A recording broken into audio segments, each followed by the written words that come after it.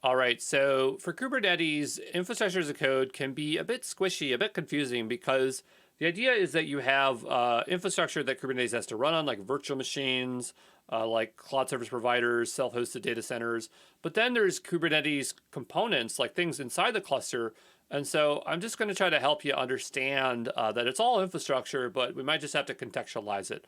So there's managing infrastructure of the cluster, and there's managing infrastructure in the cluster, and the tools that we use will be slightly different because when people think of infrastructure as a code, they're going to default to something like CloudFormation, Terraform, but it's not going to solve all of our problems. And so let's just talk about some of the differences here. So if we're managing infrastructure of the cluster, this is stuff that the cluster is running on, the virtual machines or managed services like EKS, Google Cloud Engine, or what have you. And so those can be set up with a tool, like a traditional tool, like Terraform or CloudFormation or Azure Blueprints or ARM templates or a deployment manager. Use to provision the cluster and manage services, so like relational databases or things that you don't want to put on the responsibility of the cluster alongside the cluster itself.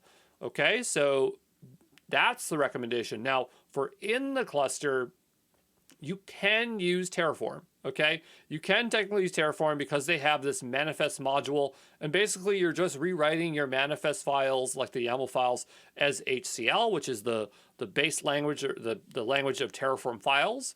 And so the reason you might want to use Terraform is because you benefit from the state management provided by Terraform, and that way you'll be able to kind of detect configuration drift and things like that. Kubernetes already manages state within the controller manager and etcd, so it's kind of like, well, Terraform manages state, but Kubernetes already manages state. Do we need two things managing state? And there could be other ways of doing a configuration drift, like using the admissions controller.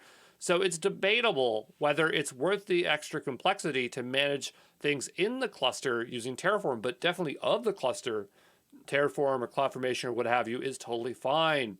When we're talking about managing in the cluster, I like to put the thing in front of it, application infrastructure. So things like pods, services, ingress, anything that you would deploy as components.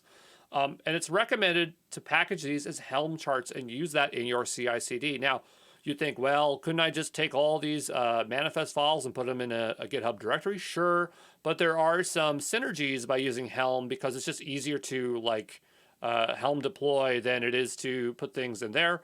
And so this is kind of where we see a separation of those two. Could you use Ansible? I guess I wouldn't recommend it, but these are the two that I generally think that would be good. And I think Terraform would be good for the cluster because if you use it once, then it won't be too hard if you ever have to move to another provider. And if you're using Kubernetes, that's one of the benefits. So, why not use it? Okay, so there you go.